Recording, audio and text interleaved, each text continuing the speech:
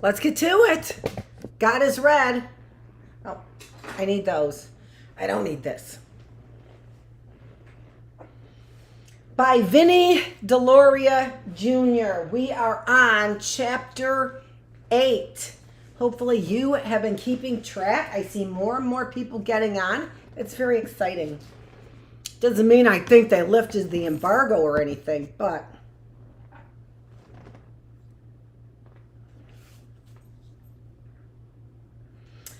I think we've got to start. The spatial problem of history. So if you didn't get enough about time and space, and you didn't get enough about the history of religion, now we're going to combine those two. We have seen that not all of mankind's experiences have been encompassed within the Christian idea of history. When one confines religious history to the Old Testament, the short period covered by the New Testament, and the 2,000 years of Western European history, then obviously a majority of societies and religions have been left out of the schema. It remains to be seen if the portion of history covered by Christian history really justifies the faith placed in it. If one were to take the last 2,000 years and the events of that period as representative of the validity of the Christian religion in bringing peace on earth, then there would be little question that the religion is incapable of invoking any significant peaceful change in men or their societies. And can I just say this? If we were to take the last 2,000 years and the events of that period as representative of the validity of the medical industry in bringing about health to all their citizens, then there would be little question that the medical industry is incapable of invoking any significant health care change in men or their societies. If you take a look at the nationalistic, imperialistic ideas of current American society and bring about peace and civility to this country, then there would be little question that the nationalism and imperialism of the United States is incapable of invoking any significant peaceful change in men or their societies. We understand the power of a pattern.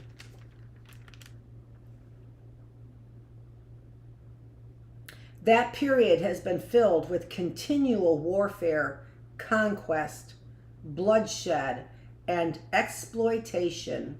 In too many instances, it was Christian pitted against Christian, leading one to conclude that the faith certainly played no favorites in choosing its victims. It has not been simply American Indians or other non-Christian people who have been the victims of Christian peoples. One crusade began by sacking Constantinople, a city filled with Christians at the time. We can avoid prolonged examination of the Christian period. To recount the events would only appear as a deliberate indictment of the religion. It is far better to examine the nature of the Christian interpretation of history and seek to discover how and when it can be said that the Christian God does work in the affairs of men. At first glance, it appears that God has not been as active in recent years as he once was. The Old Testament is filled with stories about the direct intervention of the Hebrew God in the affairs of men. These events were initially taken as actual historical facts, but in recent years an effort has been made to reinterpret them as representative of the spiritual quality of the Hebrew people and, by implication, the consequent spirituality of Christian peoples. Yeah, that did not last. It didn't last. I would say you're correct. It probably lasted a decade and a half, but it didn't last. What am I talking about? The taking this as actual history. Evangelicals today take it as actual history, and so this is a good 50 years later.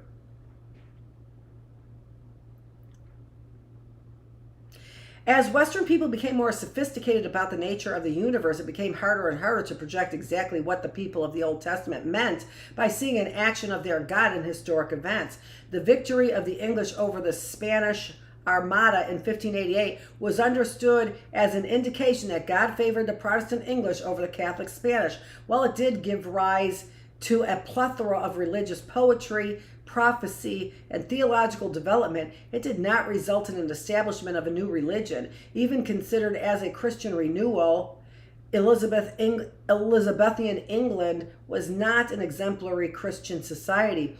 Again, the victories of Russia over Napoleon and Hitler, aided each time by an unusually harsh Russian winter, might have in earlier times given rise to the idea that the Russians were especially chosen by God to be his people. Yet the theological development following those notable victories was practically nil. The American Civil War resulted in banishment of slavery in the continent of the United States, yet as significant as the triumph was, it had practically no subsequent theological effect on the Christians of the land.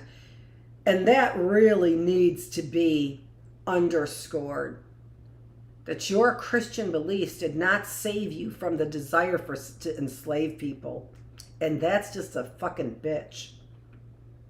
Its major theological result could be said to have been the splitting of several major Protestant denominations into northern and southern branches, and thus if the war proved anything in a religious sphere, it proved damaging to the organizational churches. Or we can ask what effect the numerous economic depressions in this country have had on the people's religious sensitivity, or the fact that you know that we've been allowing weather warfare across the planet, as well as the annihilation of resources. What do you think of that? Have you become more sensitive to the needs of the people, Christians?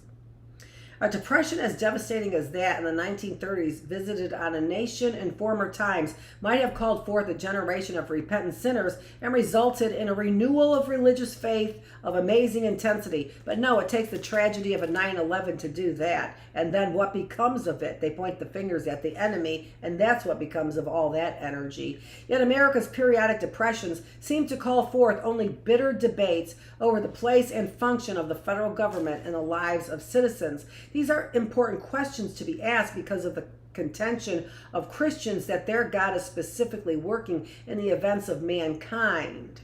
Mankind, not Christians. And that is true right there. In what specific way could God be said to be represented in the affairs of man's life? I feel he's represented all the time in my life, but not represented to you, just like your great spirit isn't represented to me. This question of penetrating is a penetrating one. It is not easy to point to any specific event and find incontrovertible evidence of divine intervention, especially when you look at it through a microscope. But then you can't say the same thing because you haven't recorded history, so you don't really know either. I'm not disbelieving anything that you're saying at all. I'm just saying we're saying the same things. We can very often, more often than you're implying, Vinny, be saying the same things. The problem puzzles theologians of all stripes. I'm not puzzled, and I'm pretty much a theologian. And some of them have made valiant efforts to derive a sound explanation of what is meant by the idea of God is working in history. If he works to dissipate my fears, as he does with yours, that's all I need him to do. I don't need him to save my life. I need him to dissipate my fears, and torture is a fearful event. So I would hope that that's not in the future. One of the significant efforts to recapture the Christian idea of history in the post-war era was the movement known as demythologizing history. Originally advocated by C.H. Dodd, an English theologian, the School of History demythologizers took on a broader aspect when Rudolf Bultmann, that was his name, Mr. Bultmann, began a systematic reinterpretation of the New Testament by using the framework of Heidegger's existential philosophy to eliminate the embarrassing eschatological sense that has to do with hearing. So the study of what we hear is the embarrassing things we hear relative to a sense of time. All right, I'm gonna read it here. Eliminate the embarrassing eschatological sense of time from the New Testament. Bultmann felt that there was a basic Christian method and essence apart from any cultural values which might have crept into the text during New Testament days. His demythologizing thus involved an attempt to knock the Jewish apocalyptic flavor out of the Christian message. Under Bultmann's influence, the idea grew that the events of the Bible were more symbolic than actual. The message of the coming of the kingdom was primarily a psychological event, not an event of the real world. In addition to Dodd and Bultmann, a movement known as the Death of God philosophy attempted to revitalize Christian theology. It was the child of Thomas J.J. Althusser. The God is dead theology flowered briefly during the social turmoil of the 1960s, enjoyed a brief day in the sun, and apparently vanished quickly, much to the relief of other Christian theologians who were not prepared to back Althusser and state that God had literally died on the cross and mankind had been godless ever since. Wow. Don't believe it. Because how could he be a capital G God and literally die on a cross? That sounds like a pretty small G God to me. As gods go. Right?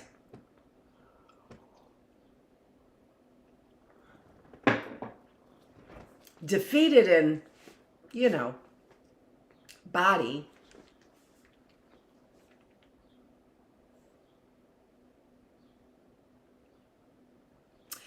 And also, what I also want to say for those people who are whatever about philosophy, knowledgeable about philosophy, and Nietzsche said God is dead. So I'm drawing analogies to what Nietzsche said, and what it seems to me is that's where the emphasis came in order to turn that about on its head. I don't want you thinking about that. I don't want you, that's not what we mean. That's not what we want to hear you say. We want to disparage that statement, not philosophize about it. So we'll put it in the mouth of a philosopher, which he likely did say, but here we're hearing it from Althusser, and they don't want to, what it's saying is they don't want to, they're not prepared to back Althusser and state that God has literally died on the cross and mankind has been godless ever since. Whatever else can be said about Althusser, one could only affirm that he took Western European history as a very valid reference point. So do I. Other attempts have been made to realize, at least to some extent, the nature of God's activity in human history. Some Lutherans have been content to maintain that history is his story, which is linguistically clever, but does not tell us much. No, it does. It tells us there's not a her story. I don't think it tells us everything, or maybe even enough. But it does tell us something in dichotomies. I've said it before. Where's her story?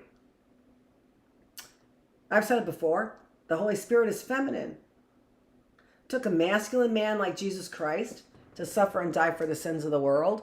This is not incompatible with anything I've been reading so far. And that seems to also be something of my interpretation of things. I've never found evolution and Christianity incompatible. I haven't found Christian and Christian religions incompatible. We clearly see Jewish and Christian and Muslim religions are not incompatible. They are very compatible. Their stories are all intertwined. So I don't think it's so hard to find compatibilities. But it's good to take a look at this without a doubt. I love this reading. I love it. Sometimes I prolong it like now. Other Christians, particularly those involved in the civil rights and other social movements of the last decade, have been willing to see the action of God reflected by the presence of the professional church in social movements. Yeah, they're not there any more than they are in those crowds watching to see what the church is going to do. Non-clerical participants have also been very numerous in these movements, and thus the mere presence of clergy at anti-war rallies has not provided a startling renewal of theological doctrines. They don't put their life on the line. And therefore not their mouth or their tongue or their beliefs or their word. Harvey Cox was among the most active clergymen in the movement of the 1960s, and if he did not have impeccable theological credentials, he at least made a significant effort to discover what was happening in modern society, to which the Christian peoples must attempt to speak. But even Cox, with the civil rights experiences and work in the inner city, was unable to derive a strong doctrine of God at work in history. It is in the individual. God does not work in history. Pay attention. The secular city, Cox finds that the action of God occurs through what theologians have sometimes called historical events, but what might better be termed social change. Yeah. Cox admonishes us to engage in social movements, in effect creating a fervor type of history, a qualitative group type of historical reality. Yeah, and the greedy people are saying, all I need to do is believe in Jesus Christ, I can keep going my way. No, that's just kind of an asshole thinking. His empirical evidence that this is the correct Christian theory of his history is singularly misty. However, since verification of the action of God depends on the ability of the Christian to reflect. Reflection, says Cox, is that act by which the church scrutinizes the issues of society, confronts in light of those decisive events of the past, Exodus and Easter, in which the intent of God has been apprehended by man in faith. Thus, the church looks to the hints God has dropped in the past in order to make out what he is doing today. Do you not think that God wants us to want a relationship with him? Honest to gosh, that's got to be your mistake. He does want us to seek him, and the glory, not his glory, the glory that comes with knowing the power of God, not to just sit there and wait for the buffalo to die in front of me. Thank God we have meat. I get this progressive idea, but the progressive idea came to seek and search money, that became their idols. And how is not scripture applicable to all of this? How do you not see it? I didn't ask how do you not see it. I'm asking, do you not see it, Vinny? And all your tribes, right? It's not superior. It is a different route to the energy of God, to God's energy and to God's word. And God's knowledge and omnipotence and omniscience and his what's omnipotent. That's omnipotent. Which is all powerful, all knowing. What's that one? I don't think that's omniscient. There's one I'm missing. There's one I always miss. Other attempts have been made to realize, at least to some extent, the nature of God's activity in human history. Some Lutherans have been content to maintain that history is... all right, Henry Cox, where are we?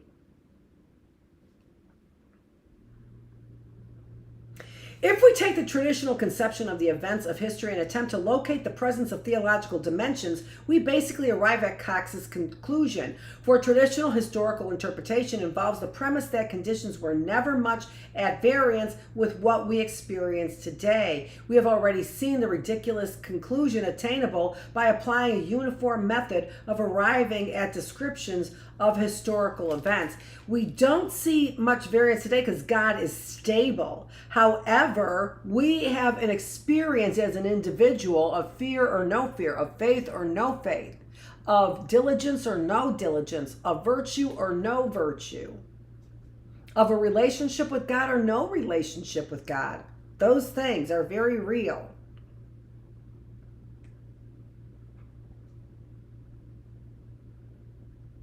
We find a benevolent pharaoh building pyramids on a part-time make-work basis. No. Yes. Yes. When you look at our religion as going to church on Sundays from a very sterile perspective, from a scientific perspective, as I'm writing down my observations of your behavior, why wouldn't you? Nevertheless, a real Christian is a person of faith, and that does not differ from a real person of faith, no matter what that religion is. See? And I just have not found reason at all to dispel my Christian beliefs at all, which is in the Father, the Son, and the Holy Spirit. And I'm no problem with born of a Virgin Mary, became man, was crucified, died, and was buried. Those are the truths we believe in as a Christian. So you can take, and then if there's real faith in that, which you have not disparaged those events, then you take the course of understanding things like Almighty God and the sacrifices of Jesus as a man, so much so that he established a religion that lasts 2,000 years. You're like, hey, we established a religion that's longer than that. And Buddhists in China, yeah, different. This is truly a capital G religion. An Almighty God religion. Nodding to all of the other spirits. I gotta get reading.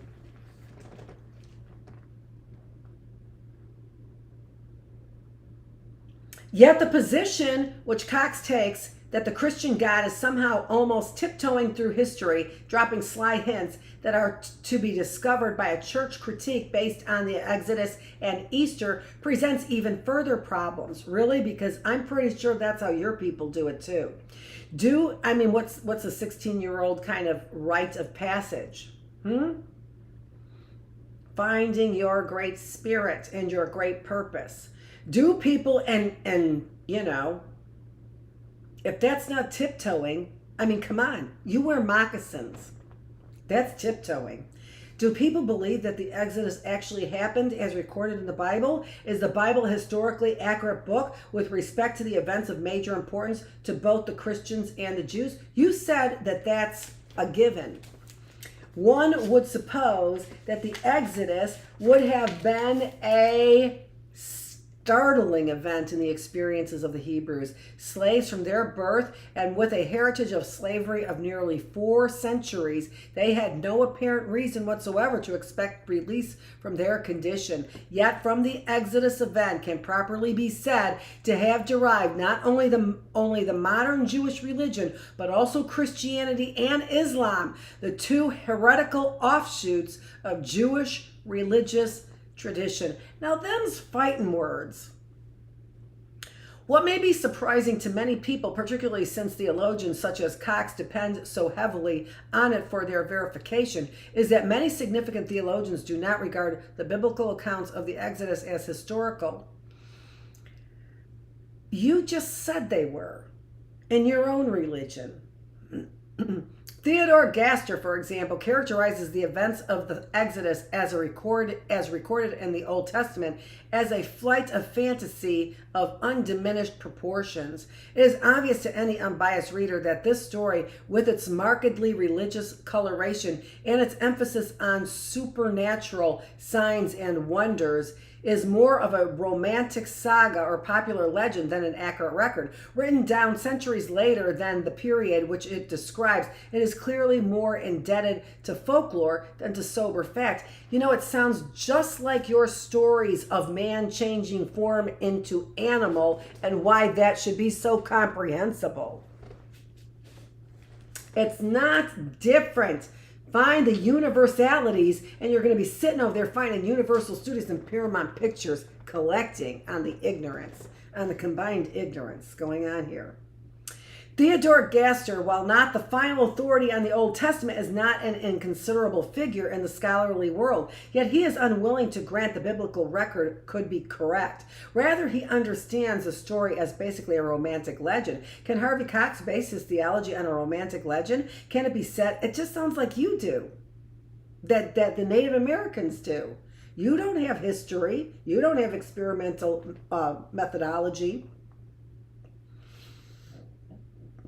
Experimentation on your theories. You don't need them. We proclaim to have them, not in every space and time. Can it be said then that God is not present in history at all, or only within the poetic imagination that creates such romantic legends? Again, them's fighting words. Gaster as a Jew, because what you said is I listened to your story and you didn't listen to mine.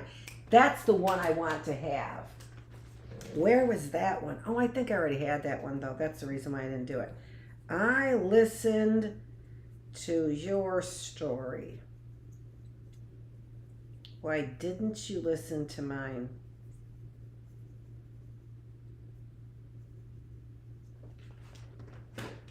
Ah! Got it. I was working on that in another way. That was a note I needed.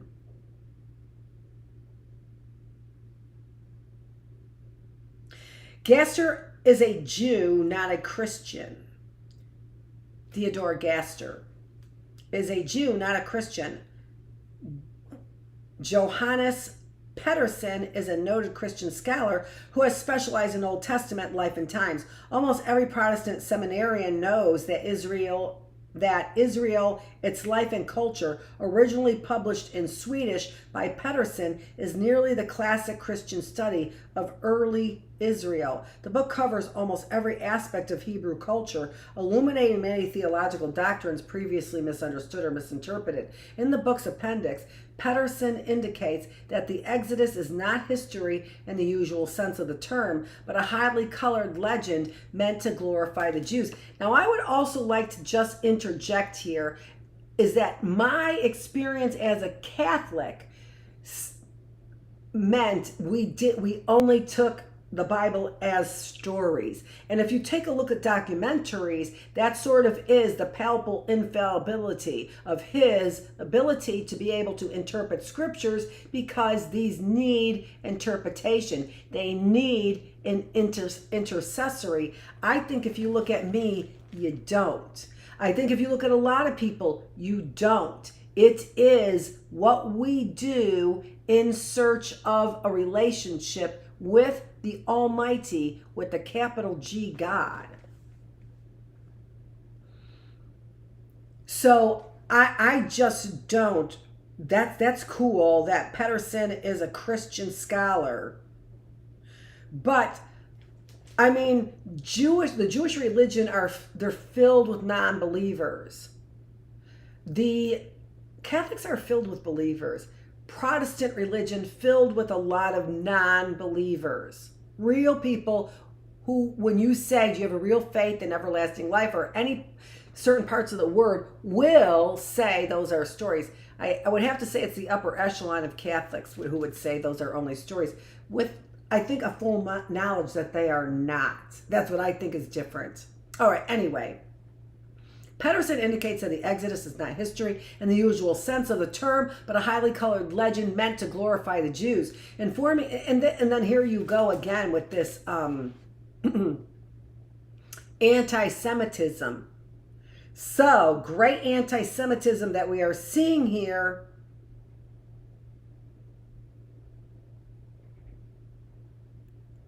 From the Swedes. You don't want to, historically, you can't color a people, but historically there has been, this white supremacy, which came from those Vikings, so we're getting territory a little bit here, right? And so you can understand scientifically from a distance, I'm not infiltrating anything, trying to understand the culture that's being passed down. And the reasons for the culture being passed down. Is it for selfish reasons, for survival, right? So maybe you did evolve from animals. I don't know. Or maybe animals are like, F you human beings. That's not what happens in this world.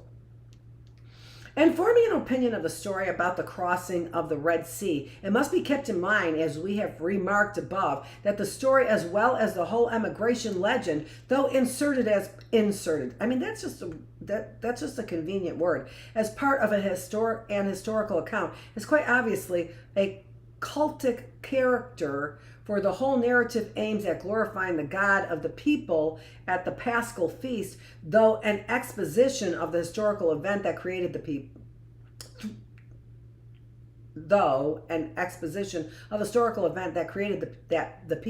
The object cannot have been to give a correct exposition of ordinary events, but on the contrary, to describe history on a higher plane, mythological exploits which make of a people a great people, nature subordinating itself to this purpose. However, that small amount of people, 0.02% or 2%, I'm not sure what 0.02% of the people somehow made that great kind of feat through history. I mean, pay attention, Protestant of no faith, Swedish whatever theologian. Really? Are there truly theologians in Sweden? I don't know. In other words, Pedersen finds the Exodus of a historical event of no particular significance or relevance, except as Jews look backward into their past and attempt to glorify themselves. Really? Would you really say it has no historical relevance whatsoever, considering that out of that story there was Islam, Christianity? I mean, come on. The stupidity of that statement is astounding. It has no relevance, really? Nobody's asking you if it's relevant to you. We're asking if it's relevant. It sounds like your answer is extremely self-centered. I'm just saying. The assumption that mankind's experiences have remained fairly uniform and constant dominates Pedersen's considerations. What, that there are people who suffer and there are people who don't at the hands of the 1%? Did that not escape you? Bravo. Louis Dupree, a brilliant young Christian theologian at Georgetown University, devotes a chapter in his book, The Other Dimension, to an excellent review of the various Christian ideas on creation, spinning away from traditional pitfalls of logic that maintain a benevolent God and the presence of evil in the world as dualism. Dupree illustrates by a mention of the Exodus the idea that divine intervention can never eliminate the deficiencies of man's freedom. The separation of the waters of the Red Sea may be seen as an affliction of the physical evil for the Egyptians, or a miraculous escape from it for the Hebrews, but it did not affect the moral or immoral intentions of either party. Those happen on an individual basis. God calls his children differently, and that's just not something that you just say. I mean, that really, if you think about it in a physical sense, every relationship with God would be an individual one. He wouldn't call a group of people. He might make an example of a group of people who, as you said, in subsequent years will continue to behave in the same way as Scripture describes it. The problem with the people. The problem with the people. I'll show you a historical example and there will be a problem with the people. Don't tell me people haven't seen miracles. Don't tell me that that's not this attention that's on me. I know GD well it is this intention that's on me. And the miracle is the great escape, isn't it? You call it an escape. It's not escape from anything. F you. I worked for all that. And I worked in a moral Christian way based on true beliefs of that scripture. And if you don't think that that's a working example of it really working, then you're not paying attention.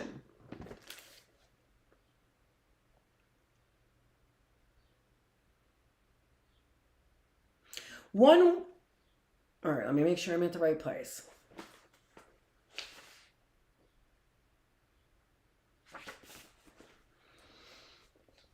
And it's the same with Democrats and Republicans. With the debates, you're not moving them one way or another, but you do move individuals.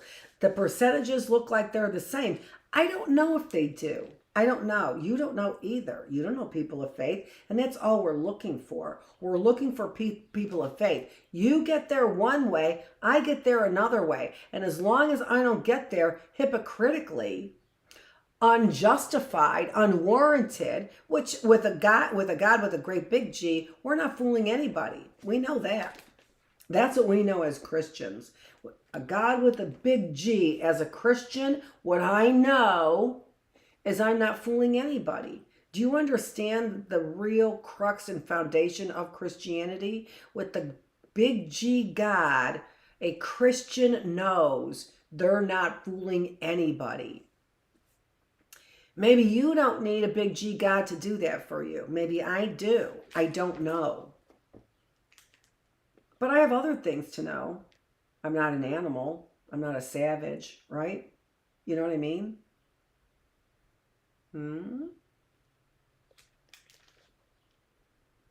One would conclude from Dupree's sentence that here is one Christian theologian who is not afraid to contend that the Exodus was a real-life significant event of the ancient world featuring tidal waves, sweat, dust, blood, and all the grit of our existence. How beautiful was that just said? One would conclude from Dupree's sentence that here is one Christian theologian who was not afraid to contend that the Exodus was a real-life significant event in the ancient world featuring tidal waves, sweat, dust, blood, and all the grit of our existence.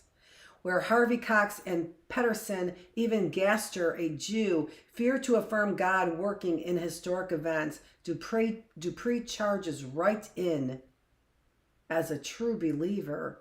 Such is not the case. After making this careful distinction between the morality of freedom and the goodness of God, Dupree has a little footnote stating, obviously in all this I do not take a position on the historical character of this event or of any particular miracle.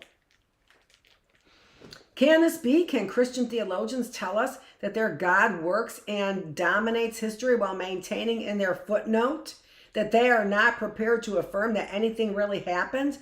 What about the resurrection? What kind of body did Jesus actually have? A glorified body or the body in which he walked on earth? Are Christian thinkers prepared to say? Popular Christianity of course, is prepared to affirm almost everything it may happen to have called to its attention, including Jonah and Job, the subjects of two stories that seem to fall well within the categories of romantic legend. These theologians advocated that the biblical stories of Jonah, Job, and others are not central to the Bible's major premise that God specifically chose one people from out among the peoples of the world, or that the logical conclusion of the Exodus event was the crucifixion of Jesus and his ascension into heaven after being dead 3 days. These stories are not isolated. Jonah and Job's purpose are not to tell you about the salvation of the Hebrew people. And neither is any of the Bible talking about any salvation of a group of people. How many times did God condemn them, including the fact that God wanted, capital G, God wanted to kill Moses? Oh, the stories are so good, but not in the same way that it's a page turner. Mm, mm, mm, mm, mm, mm. That's about those stories. They are good stories, G-Diet. Pay attention.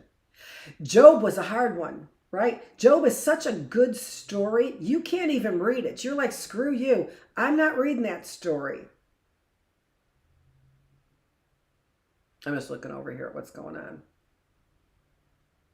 with the connection over here. It's a good story.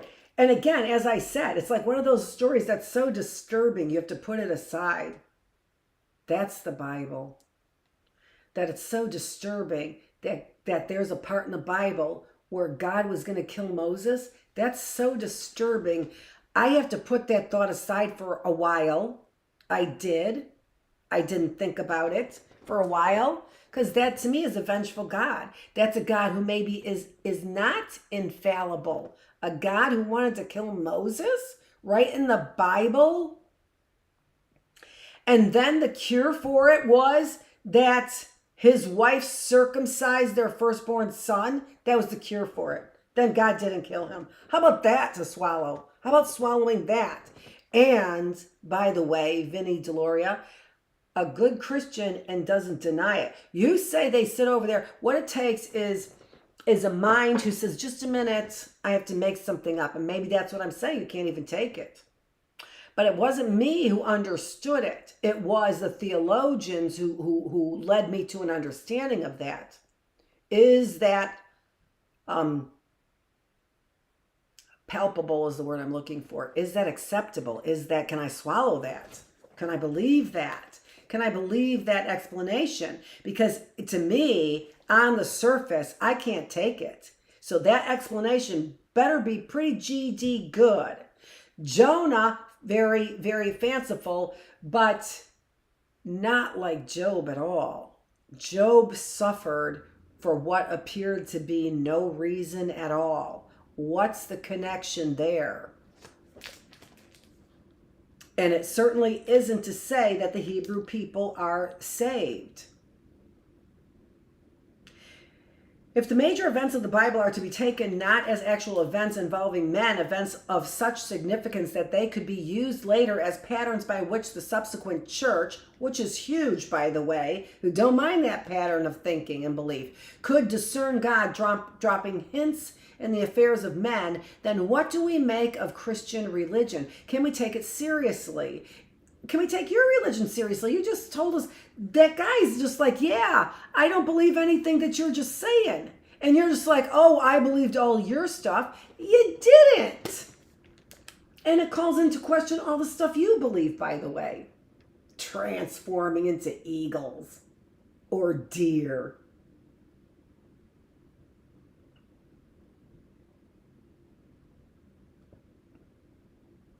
Even more, can we affirm, but no, you are right that we cannot take it seriously if even our own people don't believe it and can't proclaim that this could happen. No doubt about it. They have been blinded to those miracles. Even more, can we affirm that it is superior to any other religion? And if so, on what basis? Surely at least not on the basis that it tells us the true story of mankind, because even the Christians don't believe it. But they're just taking a scientific approach. That's how am I going to reconcile those two things? I don't see a reconciliation need to be made. If you are aware, it's just what you said here in this book, that the Big Bang basically in some ways annihilated believers. Not to me, that is so comprehensible. What did God say? Let there be light. And there was light. Sounds like a Big Bang to me.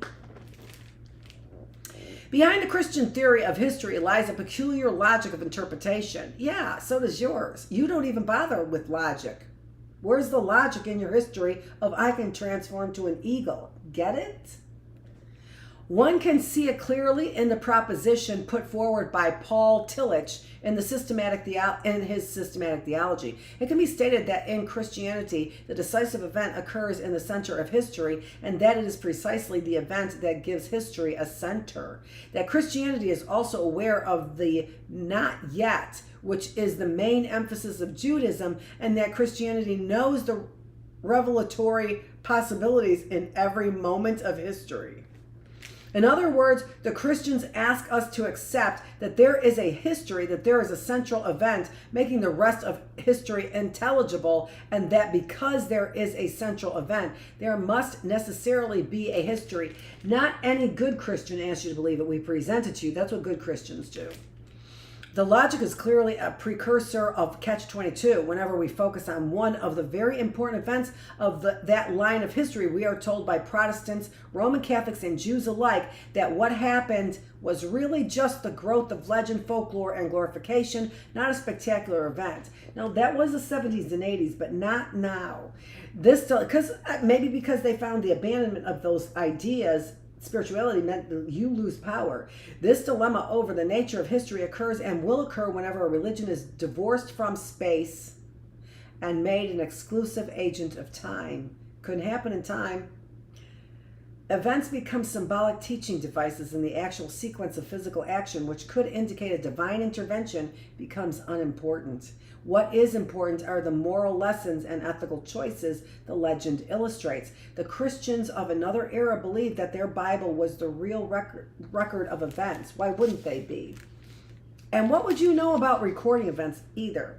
While they could not geographically pinpoint the Garden of Eden, they damn sure could find Mount Sinai and Jerusalem, so they took everything as historical fact. The contrast, the Garden of Eden is in Iran. We're talking about time and space that was not recorded. The American Indian tribal religions, basically spatially located, is clearly illustrated when we understand the nature of sacred mountains, sacred hills, sacred rivers, and other geographical features sacred to Indian tribes. The Navajo, for example, have sacred mountains where they believe that they rose from the underworld. Now there is no doubt in any Navajo's mind that these particular mountains are the exact mountains where it all took place. There is no beating around the bush on that. No one can say when the creation story of the Navajo happened, but everyone is fairly certain where the emergence took place. The test of the extent to which a religion has a claim to historical validity, therefore, should at least partially involve its recognition of the lands upon which the religious events which created the community took place. And anthropologists do look at that and have credence to it. So it is not without space. The Bible is not without space. It clearly is there. There is space. And that religion should stand by the historical nature of the event. It should never back off and disclaim everything while becoming furious with other peoples for not believing its claim. Oh my gosh, so well said.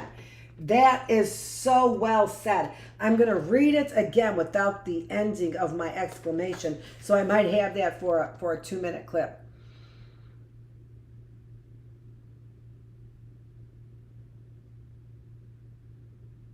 And that religion should stand by the historical nature of the event. It should never back off and disclaim everything while becoming furious with other peoples for not believing its claim. If the present interpretations of religious history, which is accepted by many Christian theologians, is maintained, we are left with a religion devoid of any significance in either time or space. History becomes a series of glorified legends which teach ethical lessons, and it becomes a demoniac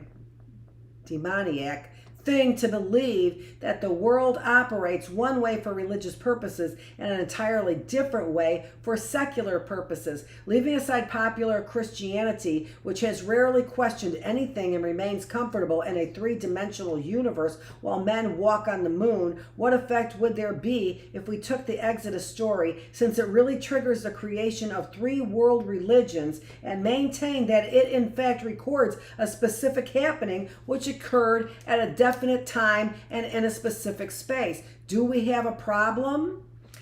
And how embarrassing that you have got an American Indian who is supporting your strongest religious foundations. who is believing them and you're not. That's the problem of science, folks. The problem is that one man has declared to challenge the historians on their grounds, and he is winning the battle. Immanuel Velikovsky, a psychoanalyst and intellect of superstar magnitude, while doing research on a projected work encompassing three of Sigmund Freud's heroes, Moses, Oedipus, and Akhenaton, found evidence that Egypt had suffered a devastating catastrophe at one point in its history. The parallels between the Egyptian calamity and the accounts of Exodus were so startling that Velikovsky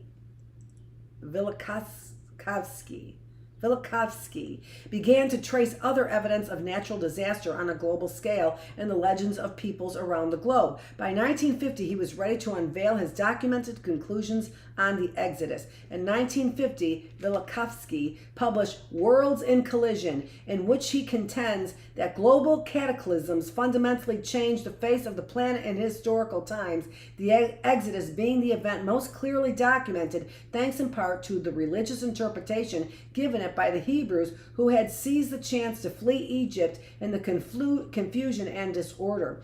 The major thesis of the book is that Venus was a recent addition to the groups of planets circling the sun, having been ejected from Jupiter sometime earlier and careening through our solar system for a period of centuries. During the time of the Exodus and later in the 8th century BC, Venus came into near collision with Earth and Mars, disrupting the orbits of Earth and at one point saving Earth from a fatal collision with Mars, pointing out that prior to the second millennium BC, there were no records of Venus as a planet by either Hindus or Babylonians. Velikovsky asked why the most visible object in our night sky outside of the moon had not attracted the attention of the meticulous ancient astronomers. He replied that the only reasonable conclusion was that Venus could not be observed because it was not in the sky at that point. Oh, welcome, Star of Bethlehem. Ancient tales describe Venus as coming from the head of Jupiter, and other ancient records describe the struggles between the dragon and the cultural hero. Combining these features of mankind's collective memory, Velikovsky concluded that the tail of the comet doubled back in an electric field attraction with its head would appear to people as a struggle between a hero and a reptile of enormous length and strength. The testimony of the peoples from around the globe was thus compared to see if the legends bore any resemblance to the descriptions obtained from the Near Eastern religion. The legends bore out the thesis, and where they appeared to vary, the variants only supported the thesis, since the geographical location of the people changed the nature of the spectacle they would have been able to observe. Velikovsky thus unveiled a cosmic struggle between a comet and the two planets most familiar to mankind, Earth and Mars. In doing so, he naturally canceled psychological theories of religion as a fantasy of dream projections, raising the question of whether or not a substantial number of religions did not arise from activities taking place in the night sky. The sequence developed by Velikovsky up to the Exodus explains a substantial number of lesser and more puzzling verses that theologians have always seen as evident of the Hebrew prophets' extreme poetic pretensions. It is, as briefly and accurately as possible, the following. At some time as yet not accurately identified, but before 1500 BC, Jupiter ejected a comet of planetary size, the red spot of the planet observed today being the scar remaining on Jupiter from this incident. The comet began to travel on a highly irregular path through our solar system, menacing Earth on a number of occasions. Its bright light was the initial indication of its presence. Eventually, however, Venus began to intrude on Earth's presence as it passed in perihelion and began the long distance of elliptical orbit. In or around 1500 BC, Earth passed through the tail of the comet. The first indication that the planet was in trouble was a rusty iron dust that covered the globe, giving the land and waters a bloody hue. The miracle of Moses turning the waters bloody was therefore not a poetic flight of a later scribe, but the comet's initial effect. Well, explain to me how you turn into birds. As Earth went deeper into the comet's tail, hydrocarbon gases covering parts of the planet exploded in great bursts of fire. Billions of gallons of hydrocarbons in the form of petroleum rained on parts of the planet, forming the oil fields we have tapped in recent years. So God exploding his energy all over this planet. Great pools of naphtha fell into depressions, caught fire, and burned for years, giving the whole planet a twilight of nearly a generation. Then, as Earth went even further into the comet's tail, it was caught in an electromagnetic vice, and its axis tilted, resulting in the sudden destruction of the Near East's major cities. The catastrophe was worldwide, traumatic, and highly destructive. Rivers reversed themselves, islands disappeared into the sea, and islands emerged. Mountains crashed skyward where peaceful strata had lain for centuries. A global hurricane ensued, leveling forests in a moment. Monstrous lakes were formed when waters jumped mountains and could not return to the seas. Arabia, once a prosperous land in the Sahara, then populated by several large cities, were turned into desolate wastes. Part of the world lay in utter darkness, part in extended but smoky light. The Hebrew slaves fled from the smoking ruins of Egypt as the Middle Kingdom fell in a major catastrophe. Racing for the Sea of Reeds, they saw the comet as a pillar of smoke during the day and a pillar of fire at night. Reaching Pi-haKoroth at the edge of the Red Sea, they were pursued by Pharaoh Tautam and his army. The action of the comet temporarily pulled the waters from their bed, allowing the Hebrews to cross and destroying the Pharaoh's army as the waters collapsed. It sounds like this is a little more poetic than the biblical account of it. I'm just saying. The hydrocarbons of the comet's tail formed by precipitation every morning, a nourishing substance which the Hebrews ate, thus providing them with sustenance during their flight into the Sinai desert. This was the manna from heaven of which the Bible speaks. The sun, which had previously risen in the west and set in the east, appeared to have reversed itself, now setting in the west and rising in the east. Those societies that had survived relatively intact began the laborious task of locating the new directions, making up calendars, and determining the length of the year. Earth had only begun to recover, however, when Venus made another close approach. It was some 50 years later and coincided with Joshua's conquest of Canaan. This time, the first notice of calamity occurred just prior to battle when a rain of meteorites pelted the Near East. Again, the sun appeared temporarily to stop the sky, and Joshua, who was just beginning a battle, used this prolonged day to achieve victory in the valley of Beth Horon. Joshua, or Joshua's God? Do you suppose he knew that, or do you suppose he was stunned by it?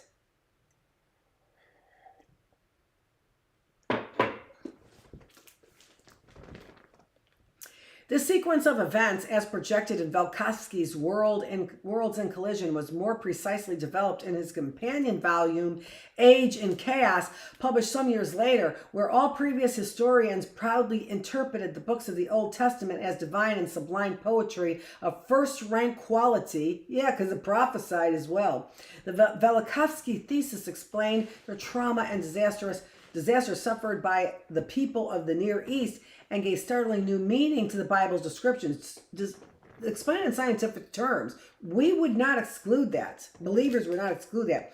Ravaged by the approach of Venus, twice within a 50-year period, the nations of the world decided that they had better find a way to appease and pacify the goddess of the comet before she destroyed everything. Religions began to emphasize rites and rituals to prevent the near approach of Venus. Blood sacrifices were offered as peoples desperately sought ways to avoid continued destruction by the comet. Venus continued to cross Earth's orbit, beginning to come dangerously close to Mars, so that the comet, while apparently appeased by the new religious ceremonies, was still feared by men as an initiator of destruction. A new conflict was building in the heavens as the orbits began to move closer toward a collision course. This sounds like Jesus Christ, somebody's got a line into the heavenly battle, the spiritual battle. In the days of King Uzziah, Venus missed Earth, but managed to pull Mars from its orbit, sending it on a collision course with Earth. Mars was much smaller than Earth and did not have the velocity of Venus, so its approach to Earth did not result in the same degree of destruction that earlier passes of the comet had caused. Earth, which had earlier stabilized in its calendar at 360 days, was forced farther out into space away from the sun, resulting in our present year of 365.25 days. In 687 BC, Sennacherib led the Assyrian army into Israel with the intent of conquering Jerusalem. On the evening of March 23rd, the first night of the Hebrew Passover, the Syrians camped outside the city, ready to take it in the following morning. And what may have been history's most spectacular lightning bolt, the army, 185,000 strong, was destroyed when an electromagnetic charge was suddenly arched between Mars and Earth. The Hebrews had been saved twice on the same date by heavenly intervention. Is it any wonder that they used the most powerful descriptive terms to praise their God? Earth did not grind to a halt again, but its rotation was slowed or halted for a number of hours. The prolonged night during which the Assyrian army was destroyed, the axis was somewhat shifted again, coming back closer to its original position before the start of the catastrophes. Mars and Venus then set up an electrical field between themselves, resulting in the repositioning of Mars away from its collision course with Earth. In the sky, an immense drama was enacted as Mars and Venus set and reset fields of incredible electrical energy with respect to each other. The struggle was recounted by the Greeks as the gods intervening in the battle to take Troy. Mars finally achieved a release from Venus and settled in its present orbit. We have pictures today from our space probes showing the terrible extent of destruction suffered by Mars from the catastrophe. The planet, with heavy scars from the rain of meteorites, looks like the moon. Venus settled in its position in its present orbit in a highly incandescent state, gathering up remains of its tail as thick hydrocarbon clouds that space probes have disclosed cover the planet. Now, of course, all of this activity in the heavens was not new to Christians believing in the power of God and his role in history. They had read and believed it for centuries and had taught it as fact to generations of converts. When Velikovsky published his books documenting the catastrophes, however, Christians were not to be found defending the thesis or applauding its scholarly effort, but caused severe traumas in several sciences, including astronomy, geology, physics, and history. They remained silent while the academic community carried on what may have been history's most closed-minded, libacious attack against a thinker daring to ask separate academic fields to achieve a unity of knowledge. Worlds in Collision was attacked by respectable scientists even before it was published. A concentrated effort was begun to force the Macmillan Company, Velikovsky's publisher, to stop the presses. Scholars began a boycott of Macmillan's textbook division, its most vulnerable place. Macmillan could not withstand the concerted attack and transferred the book's rights to Doubleday. A conspiracy of silence dropped over discussion of Velikovsky's work. He subsequently published Earth in Upheaval, which was an embarrassing revelation of geological shortcomings. The book simply took extant geological works and showed that the subject matter had been incorrectly interpreted and slanted by numerous geologists to make it conform to the then prevailing theories of geologic change based upon the interminable, slow process already defined by biologists to explain evolution. So that is that table that they're talking about. Only one in existence. What is that table called? The scientific basis of Velikovsky's work involved a recognition of the possibility that cosmic catastrophes could take place and had and had in historical times. These catastrophes were observed by men all over the globe, and because part of their creation legends or myths explain the origin of their sacrificial rites and rituals. Thus, in the folklore of ancient men had been hidden important observations that were crucially important for an understanding of the nature of the universe. Scientists disagreed, however, and they began to produce facts and figures to refute Velikovsky. Fear set in among scholars, and no one stood up to the demand that Velikovsky be allowed to present his views. He was subjected to bitter criticism by people who had not read his books, but who had learned from their earliest childhood that the tales of non-Christian peoples about serpents swallowing the sun had prolonged nights of utter darkness were just pagan, hardly historical superstitions, and probably the work of the devil. As Velikovsky unveiled his concepts of the solar system, respectable scholars guffawed at his apparently wild predictions and suppositions. Practically every point he suggested was derided as being totally contrary to what evidence had already proved to be true. And to the contrary, he's proving your stories in the Old Testament. And what Christians wouldn't want the Bible to be proven? That was Roman Catholics, from what I understand, who wanted the power of infallibility. Practically every point he suggested, scholars in the major disciplines affected by the thesis ridiculed Velikovsky, announcing satirically that if his thesis were true, it would require certain phenomena to be present, which everyone knew was not the case. All of these wild predictions made in 1950 by Velikovsky were universally rejected by the Universal Church. Is that what we're talking about? Wow, this is a long chapter. I might have to start cutting these chapters a little bit.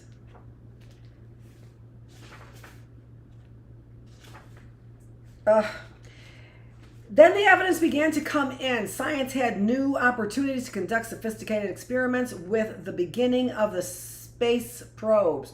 New methods of dating materials began to be developed. The International Geophysical Year of 1958 was held to determine systematically certain facts about the planet, and eventually the Mars and Venus probes by space rockets were made. Universally and without exception, Velikovsky's predictions and suggestions about the planets were confirmed. No other comprehensive explanation of the solar system had returned as many different accurate results as had the theory espoused in Worlds in Collision. Jesus Christ, can you even believe that? Naturally, the scholars who had derided Velikovsky did not credit him with the results of his creative thought. They continued the curtain of silence while stealing his ideas as fast as they could read his books. Some of the more prominent scientists had made dramatic announcements that if Velikovsky were right, the Earth, the Sun, Venus, the Moon, Mars, and other heavenly bodies would have to have certain characteristics. When Velikovsky was proved correct, they promptly hedged rhetorically and dodged their embarrassment and double talk, too chagrined or perhaps too stupid to apologize. Some of these memorable statements by noted scientists should be recorded for posterity's sake. Too stupid, you scientists, and still purporting the same goddamn stuff. Velikovsky suggested that the sun was an electrically charged body. Donald Menzel, a Harvard astronomer and one of Velikovsky's most bitter critics, ridiculed the idea. Oh, Menzel? You mean like Mendel? Like Gregory Mendel? I don't know. He maintained that the sun cannot hold a charge above 1800 volts if positive and a single volt if negative, and said that Velikovsky's theory required a charge of 10 to the 19th power volts, which he assured everyone was patently impossible. Oh, shut the hell up with your limits. This was just like the limit of being able to travel at 60 miles an hour. We would deteriorate, right? We would dissolve. Well, get a car. This was in 1952. In 1960, V.A. Bailey of Australia discovered that the sun carries a negative charge of 10 to the 19th power volts. Cecilia Payne Gapashkin, another Harvard astronomer and the scientist who reviewed Velikovsky's first book by misquoting him and then ridiculing the misquotations, said in 1950 that the planets could not possibly possess electrostatic charges sufficient to produce the effects Velikovsky claimed for them. 3 years later, in an article in Scientific American, she advocated a universe that was essentially a gravitating electromagnet. She never mentioned the idea had already been advanced by Velikovsky and rejected by herself as evidence of his instability as a scholar. Velikovsky maintained that Venus, deriving from an erratic past as a comet, would be in an incandescent state. This was in direct opposition to what was known by science in 1950. David Menzel lost no time in ridiculing Velikovsky, since he was one of the leading proponents of the theory that Venus had an extremely low temperature. In 1955, he revised his estimate of the ground temperature of Venus, concluding that it was probably 50 degrees Celsius. The Venus probe in 1962 indicated that the surface temperature of Venus was some 800 degrees Fahrenheit. Later probes showed that ground temperature was closer to 1,000 degrees Fahrenheit. Since Venus was believed by Velikovsky to have come from Jupiter, he predicted that Jupiter was probably a dark star giving off radio signals. This was in 1953 at Princeton during a talk to the graduate college. Less than 2 years later, two scientists found radio signals coming from Jupiter, and by 1965, Jupiter had declared a dark star. Velikovsky also predicted that Earth would have a magnetosphere reaching as far as the moon. In 1958, the Van Allen belts were discovered, named after James Van Allen, who had only measured them, not after Velikovsky, who had predicted them. The May 1972 issue of Pense, a journal published by the Student Academic Freedom Forum in Portland, Oregon, gives the complete story of Velikovsky's amazing predictions and his historic history of scientific persecution and derision. It devotes a considerable number of pages to a simple listing of his suggestions about the nature of the universe and the history of ancient peoples. Even a casual glance at the list of predictions made by Velikovsky in the face of then accepted scientific theory, which it turned out was really dogma, is staggering to behold. There appears to be no doubt that Velikovsky has been vindicated and that we are on the verge of an incredible reordering of our conception of both the world and history. Not so much so, Vinny. Science and the academic community have revealed themselves as superstitious, dogmatic, narrow-minded, and spiteful little people as a result of their treatment of Immanuel Velikovsky. Let's repeat that. Science and academic community have revealed themselves to be superstitious, dogmatic, narrow-minded, and spiteful. Oh, here's a microcosm of it right here.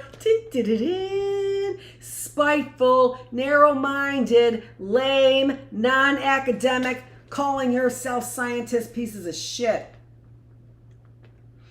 For nearly 2.5 decades, they have refused to allow him to discuss the theories that have produced such a plenitude of newly verified facts about the universe as to make the basic theory the most revolutionary explanation of the creation we have ever seen. Some men have borrowed Velikovsky's ideas almost totally without giving him any credit or even mention. Others have reversed themselves completely without apologizing for their past errors or acknowledging Velikovsky's earlier and correct contentions. Really? How surprising. The most common attack now leveled against Velikovsky is that he simply made a series of lucky guesses and hit on quite a few of them. The point that this attack misses is that every prediction that he made had to fit into a general interpretation of the nature of the solar system. He was not simply spinning a tale and casually throwing off unrelated predictions about humankind. Rather, everything suggested in Velikovsky's originated from the implications of his thesis. His predictions involved pulling together the meaning of numerous fields of interest to form a unified view of the universe, including a glorified God, a God needing and expecting glory. Take that, you SOBs, stupid assholes. Taken together, they give us a picture of a different kind of world and a different kind of history in which things of utmost significance happen. Similar to the original Christian contention that God does work in the affairs of men, worlds in collision. Oh my God, how you fucking abandon your beliefs. It's so beyond embarrassing. It has been detrimental and destructive how you abandon your beliefs. Worlds in, for what? For superpowerhood. Worlds in collision has a great relevance for religious thinkers. And how you could develop that superpowerhood, what? Under the guise of believing only parts of capital G God? Are you stupid? There he said, science and academic community have revealed themselves as superstitious, dogmatic, narrow-minded, and spiteful. Little people and spiteful little people. And what else did they say about them?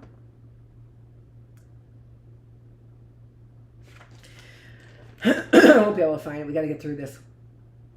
Almost done. The most common attack now leveled against Velikovsky is that, we got it. We read that. The point that this attack misses is that every prediction he made fit into the general interpretation of nature and solar system is not simply spinning a tale. Rather, everything suggested originated from the implications of his thesis.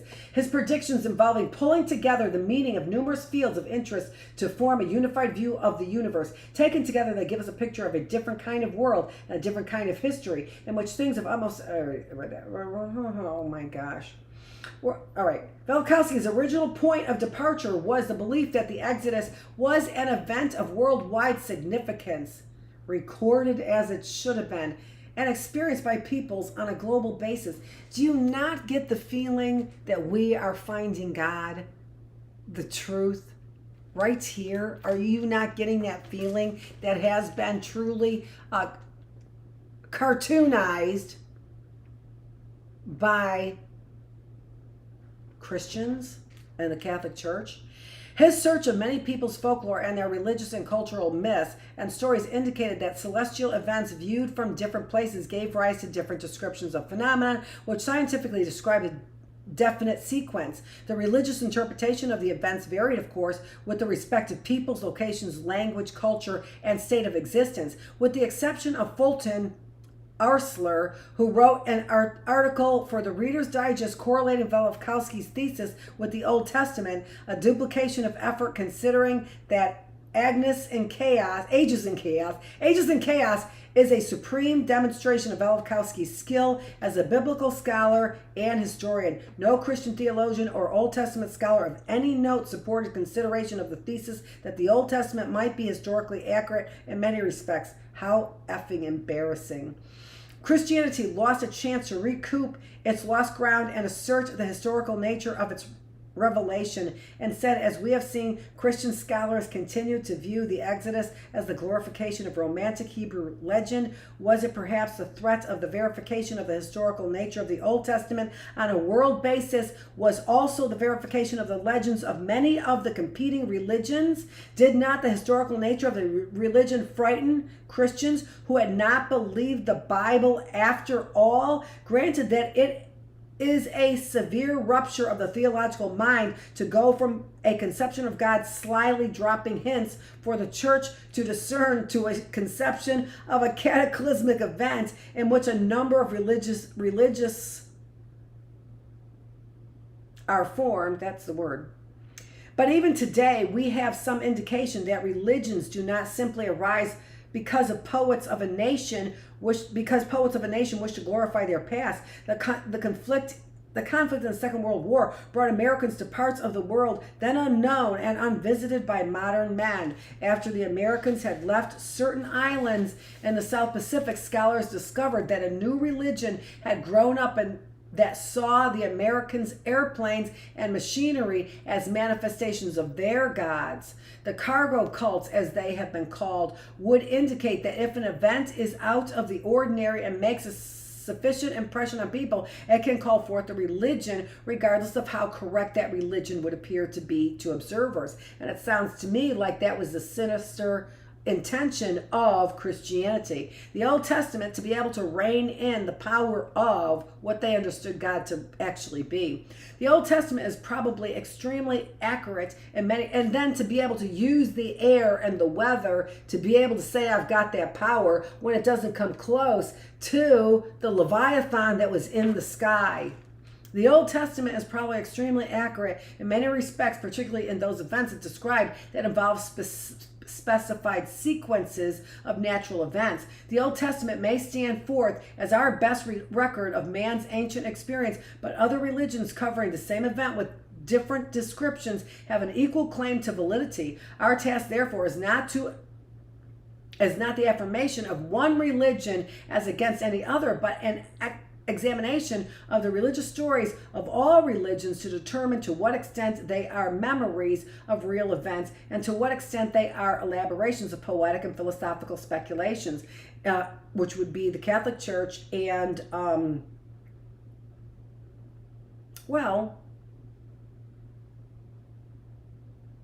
Protestant religion, who brought about science, and also Discovery Institute, and who's that? What's that menacing one that Tom Cruise belongs to? Christian Science.